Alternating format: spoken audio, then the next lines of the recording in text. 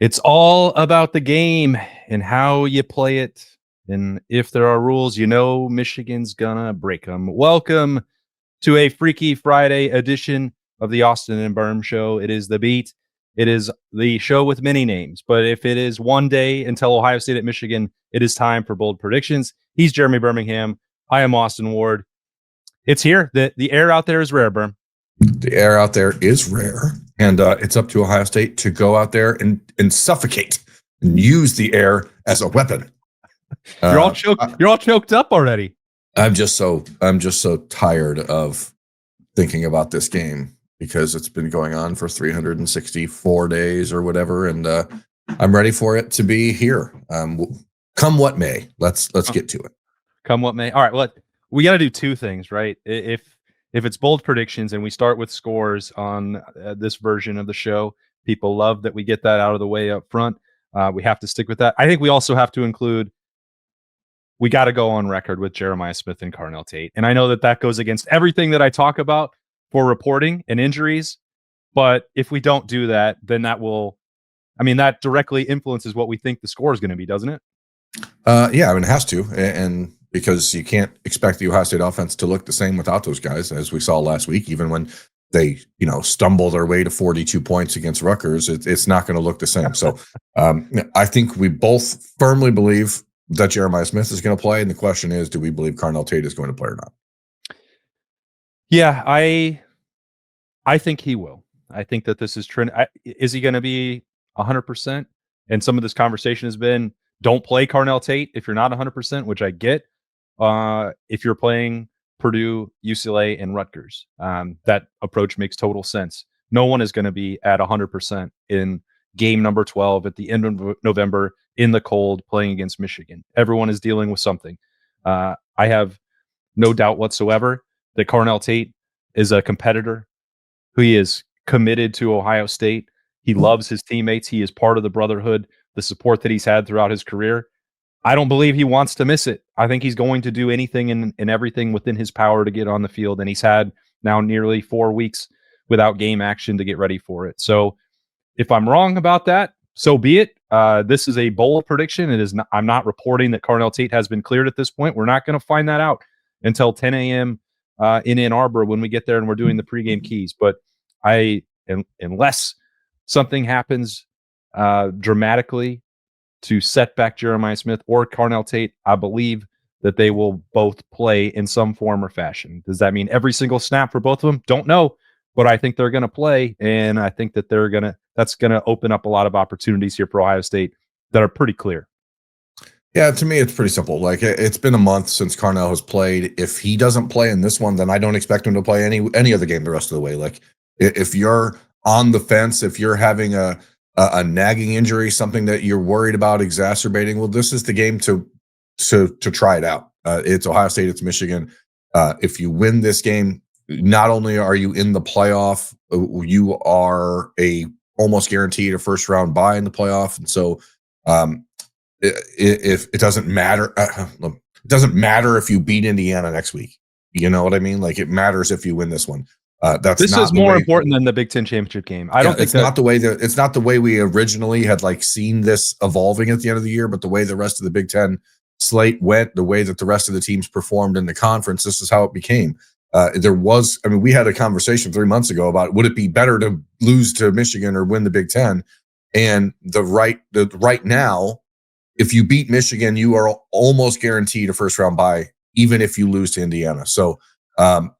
I think if you're Carnell Tate and you can go at all, this is the week you do it. So I agree. I think he's going to play. I imagine he will be on a pitch count similar to what Jeremiah was 2 weeks ago before he exacerbated his issue.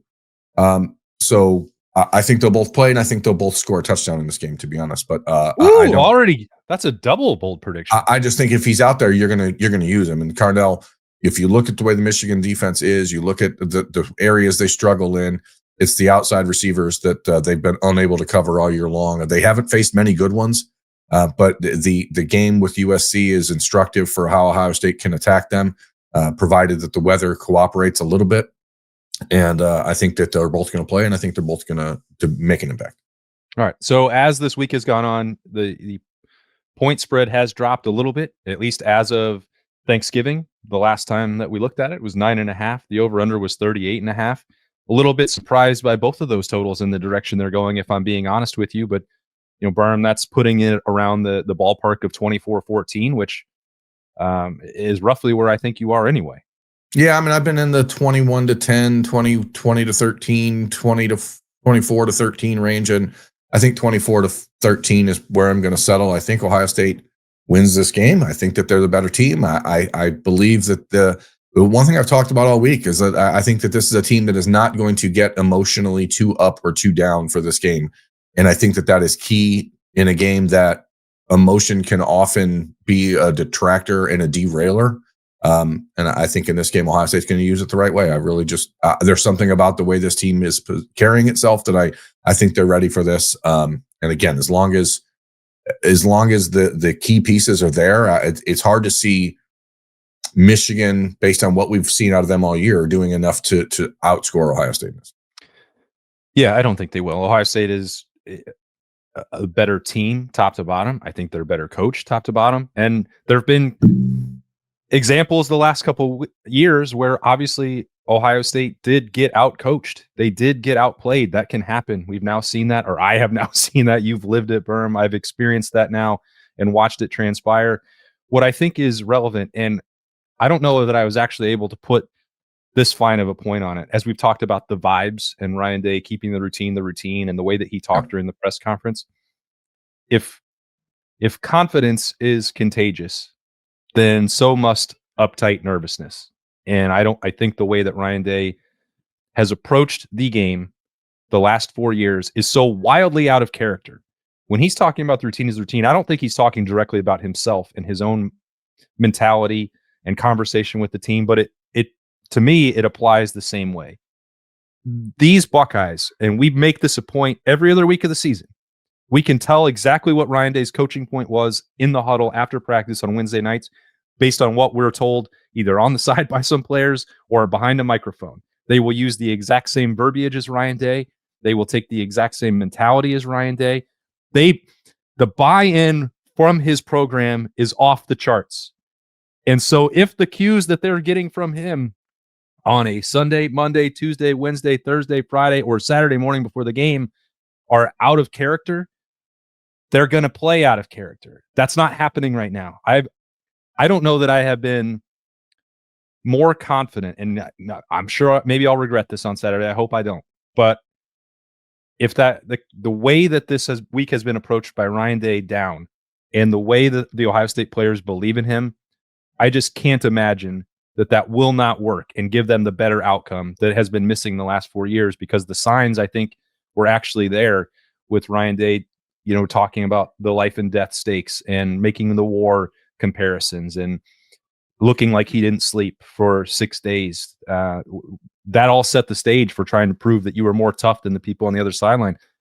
That doesn't have to happen, because Ohio State's approach the other 360 days a year works better than any other program in the country, and it should work against the Wolverines on Saturday. Yeah, I mean, you take your cues from your leader. That's the way it is in every business. That's the way it is in every company. It's whatever the guy at the top, however he acts, people else are elsewhere are going to act. And so this week, we talked about Ryan Day and the different approach. He's taken a different approach each of the last 4 years, and as he said on Wednesday, it hasn't been good enough. So we'll find out if this one is. But it feels like this team is committed to a rational mindset. It doesn't seem like anyone is getting too high or too low, and that's why I keep going back to that term. Like the emotions just feel like they're properly aligned this week. And again, maybe it means nothing on Saturday, but it means something on Friday morning as we talk about this. Yeah, indeed it does. And you didn't say your score, though. 27-13. I believe Ohio State will win this game. And I think that there's a chance. I'm definitely on the over. I know that there's conversation about the weather and everything else. I think it's more likely that Matt Patricia could hold Michigan under 13, and that a healthy version of the Ohio State offense can score more than 27. But it's a rivalry game. I have learned my lesson. I'm not going to go wild with a blowout prediction. I think it's a distinct possibility. But also, if Ryan Day is going to keep the routine, he's not looking for style points. He is looking simply to win a set of gold pants and get to Indianapolis, and I don't think he'll jeopardize anything beyond that. If we're talking about limitations potentially with snap counts for Carnell and Jeremiah, and you're up by 17 points in the third quarter, we may not see those guys again because Michigan, if that's the way that the game script is playing out, you may get out of there and start thinking about everything that is still left to accomplish for this team and not chase a blowout. I think if this was 2022, I might think differently. I think that you would mash the gas pedal all the way to the finish line. I don't know that that will be the case, but that's getting ahead of things. We're going to get into how that game script might play out. And you talked about emotions, and there is nobody who wears them on his sleeve quite like Jermaine Matthews. No, and it's really a situation where Jermaine has played really well this year. And, we've talked to him a number of times after games, and he's always self-critiquing. He's always the most critical person of himself. I think this weekend against Andrew Marsh in Michigan is probably the best receiver that Ohio State has faced this season. And that goes all the way back to the Texas game, even with guys like Ryan Wingo. And I think that Marsh has played really, really well for Michigan. He's developed into not really just like one of their primary threats, but as a true freshman, he's basically their only wide receiver threat. I know they're trying to get Donovan McCulley back into the passing game and use him and his bigger body a little bit. But what I think happens in this sort of game, especially for a true freshman quarterback like Bryce Underwood, is that you get dialed in on the guy you're most comfortable with. And I think he's most comfortable with Andrew Marsh. And I think that means that there's going to be a lot of opportunity for Jermaine Matthews to see the football. I don't know if Marsh is going to be lined up opposite Jermaine the entire game. Probably not. But I think Michigan will travel him a little bit, move him around. And the way that Jermaine has been able to get some HOBs, man, getting hands on balls, putting things up in the air. I think you're looking at a big day for Jermaine Matthews. I think it's an opportunity for him to prove himself against a guy that's a potential NFL wide receiver, which again has not really happened this season for Ohio State.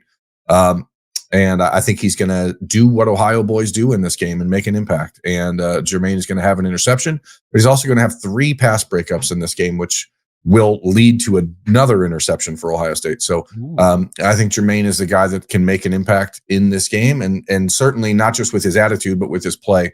And both of them are equally important for a defense that at times can be a little emotionless, as I've talked about this week. So he provides that right boost and that right juice, and I think he's going to be rewarded on Saturday with a big interception and another deflection that leads to one elsewhere. So give me 2 Jermaine Matthews turnovers, one of them direct, one indirect. Ooh, okay. That's spicy. Both Jermaine and Davison Igbinosun have a lot of that Michael Jordan. I took that personally to them. And I think back, it's been 2 years and 2 months. It feels like 2 years since the trip out to Washington and Denzel Boston and the build up to that. And it was like, hey, are you guys looking forward to getting a true test? And they're like, we practice against Jeremiah Smith and Carnell Tate every day. Like, yeah, they thought Denzel Boston was a good player, and then they wanted to make it a point. The thing that stuck with me was after that game, Jermaine and Davison and Jalen McClain and Caleb Downs all like taking individual photos with Tim Walton out on the field, and Walt walking off the field saying, BIA, it ain't a slogan. It's not a slogan. And it's not. It is what they are. And these opportunities for them to prove it with everyone watching have been fewer and farther between than I think that they would like. So if the world is expecting a breakout game or 15 targets for Marsh, I think they took that personally. Yeah, and Marsh, I mean, he's been really good for Michigan, especially the last couple of weeks. 12 catches 2 weeks ago at Northwestern, 189 yards. He's averaging 15 yards a catch. Like they get him the ball down the field, and I think that these cornerbacks are going to be excited at the opportunity to really defend someone down the field because they haven't been asked to do that much. They have not.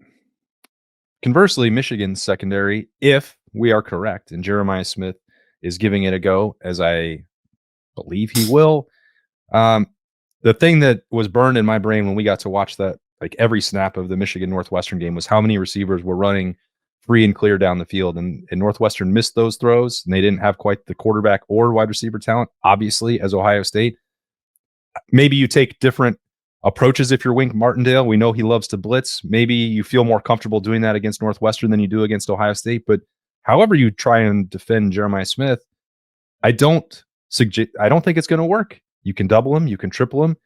The conversation that he had throughout the offseason, and we made a lot out of the Athletic story, I believe in July, about him talking about Julian Sayin and his diet and awards and attention and all those things, kind of buried in there. And I know Ohio State fans paid close attention, was how angry he was about losing to Michigan a year ago.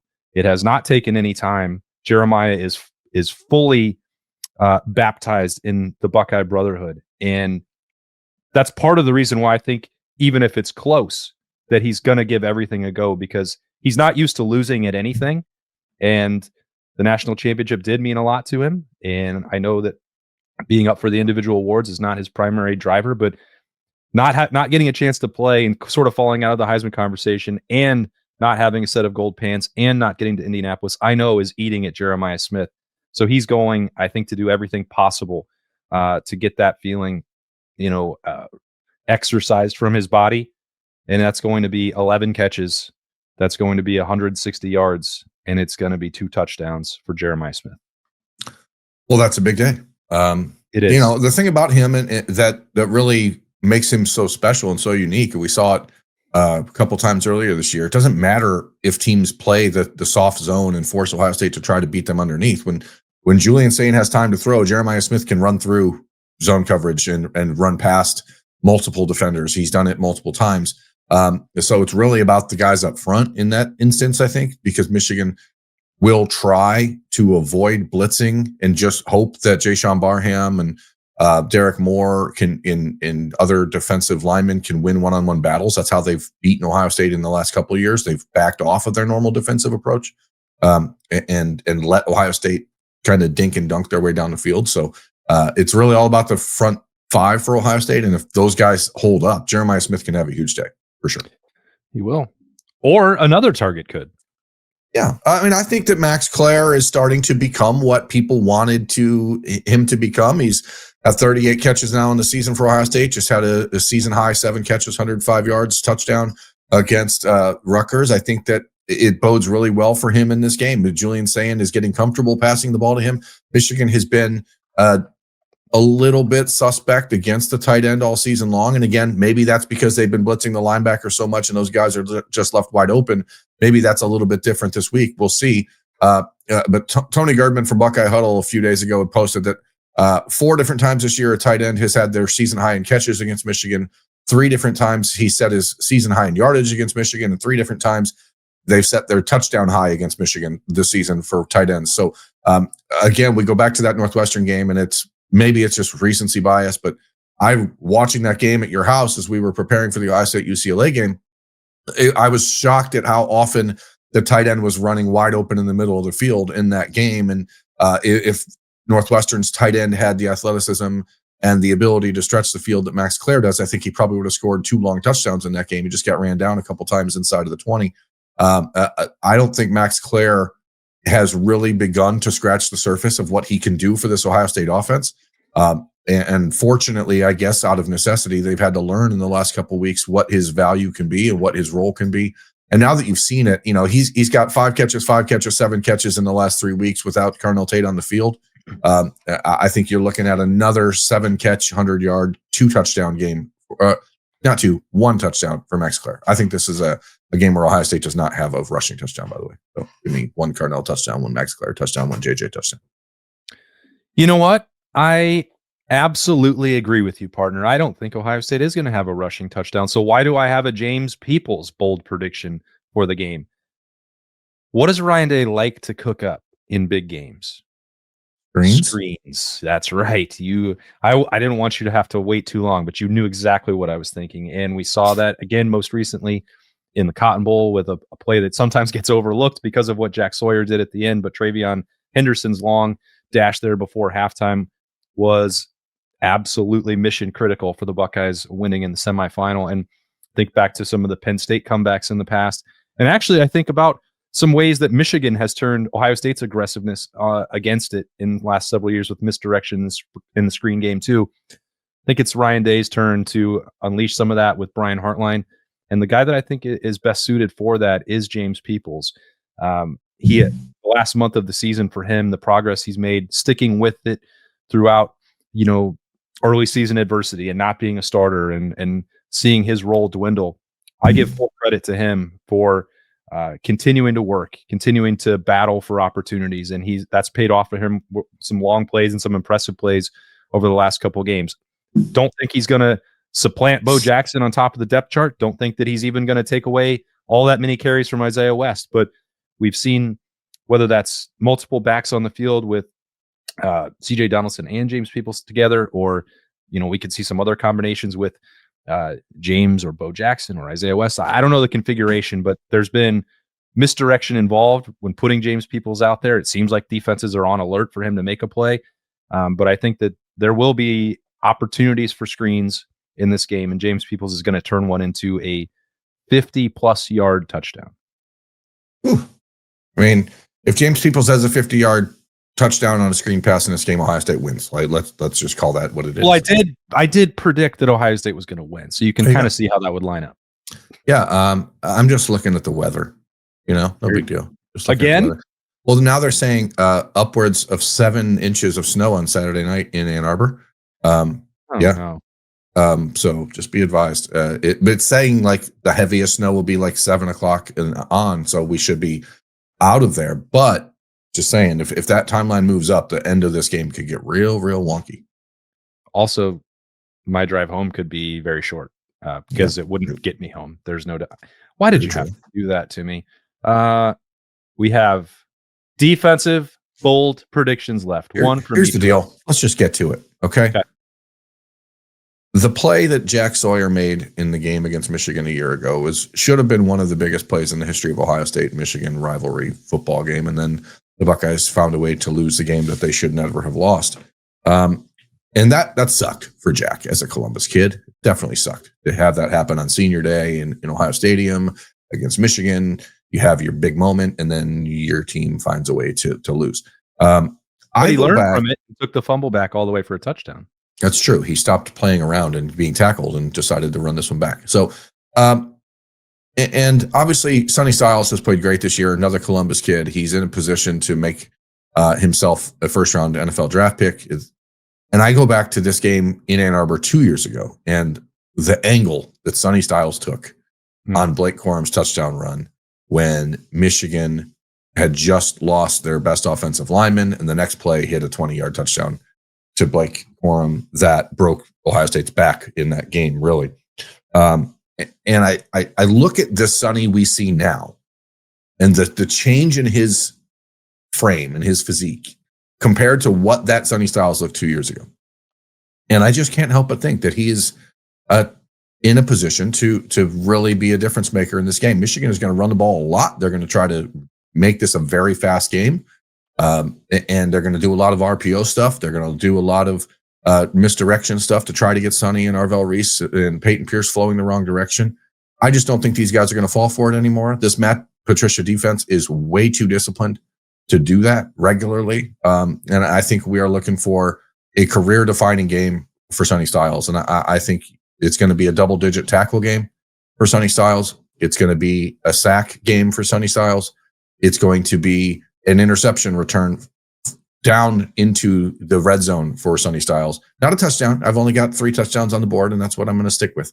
But Sonny is the guy. He's the recipient of the other interception that Jermaine Matthews is causing in this game. So I think that Sonny Styles in the middle has been such a stalwart this year and so important to Ohio State because of what he's allowed other guys to do around him. But I think this is the weekend that a Columbus kid looking for his first pair of gold pants, looking for a career-defining moment. And, you think about his father and the way that, all of the legacy stuff. Lorenzo Styles Sr. was not at Ohio State at a time when the Buckeyes were beating Michigan either. And someone in this family needs to, put a stop to it. And I think it's Sonny who's going to do it. So give me 10 plus tackles, a sack, and an interception for Sonny Styles in this game. It is. We have not talked about this part enough. We've talked about Sonny's transition to linebacker and, being allowed to eat food and grow into his frame. But It's wild, absolutely wild to watch him. You and I, wished him happy Thanksgiving as he left his media availability on Wednesday night, and you just look at him, and I was like, how did this person ever play safety?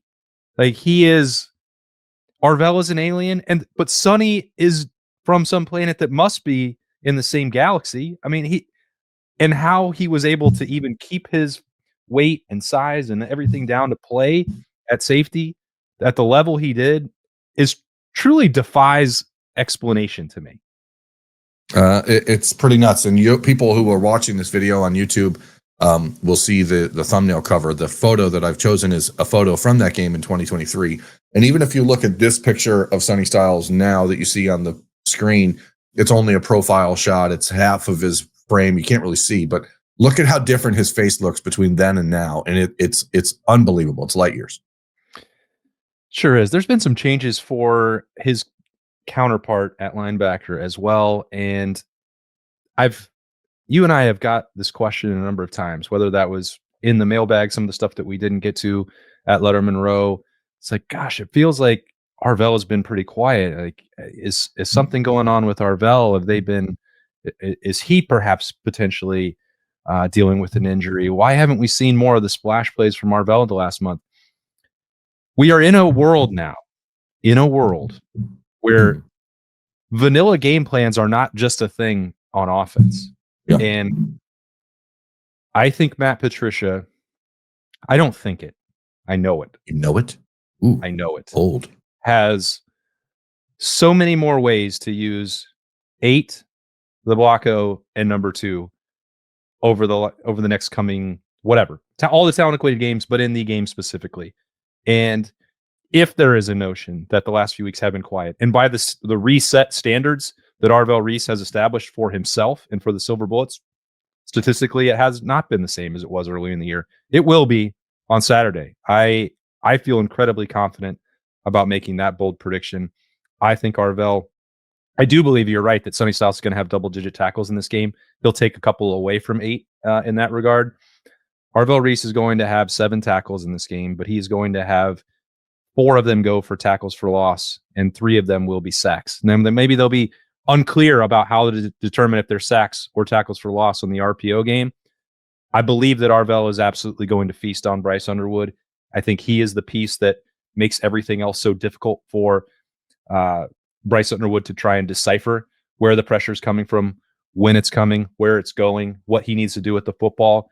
I know that we could make that same case probably pretty easily that it applies to Caleb Downs the same way that it does to Arvell Reese. But yeah, I think that this person, given what Arvell can do as an off-ball linebacker and the variety of ways that we've seen different combinations of the front, whether that's 3, 4, 5, whether that's putting 6 or 7 guys up front and then dropping into a different coverage off of that, different blitz angles, different attack angles, the way he's pursuing the football, Arvell Reese is going to be the difference maker to me on Saturday. Well, if you go back to the streak-ending win that Michigan had in 2021, it was a dominant one-person performance by Adrian Hutchinson. He had 15 pressures and 3 sacks in that game in 2021 against the first-year starter C.J. Stroud, and single-handedly ended the game by just dominating the Ohio State offensive line. I don't know that Arvell will get freed up that much and cut loose that often, being that he's not a true defensive end. But if all the hype all season long, it comes to this, like, if you want to prove to people that you're worthy of having a discussion or being in the discussion about 1.1 in the NFL draft, well, this is the game to do it. So go out there and make yourself not just a hero, but a legend in this game, because that's what Adrian Hutchinson did. And his name is Aiden. Adrian Hutchinson. Who's Adrian Hutchinson? I don't know. Aiden Hutchinson. I think I know what you're doing. You're disrespecting the Wolverines because you're that close to the game. You're not going to call them by their real name. He was so good in that game that to get to that level, Arvell Reese is going to have to play an absolutely superhuman game. But as you said, it's been a couple weeks since he's really been cut loose, and you can kind of see that he's just biding his time. And here we go. Let's get to it. Yeah. Spot the ball. Here we go is right. We are one sleep away, if you can sleep, getting ready for the game on Saturday at noon. It's been a very busy week. It's been an awesome week. And the routine has been the routine on the Austin and Berm show, and that has been rewarding. Hope you had a fantastic Thanksgiving, and hope you are prepared for what is coming on Saturday. It is the last regular season game of the year. There are gold pants on the line, and Ohio State and Michigan are playing for the right to go on to the Big Ten championship game. You know the stakes. They're well documented. They're well established, and it is finally here. We will get to the big house as early as we possibly can to get the pregame keys up. As soon as we can get the final word on the availability report, that will be up on 97.1 The Fan and 10 TV's YouTube channel as well. So it's here. I don't know that there's nothing more to say, Berm. That's it. Spot the ball. Let's go. All right. Thanks for joining us. It is and has been a Freaky Friday. He is Berm. I am Austin, and we will talk to you from the big house on Saturday. We'll see you there.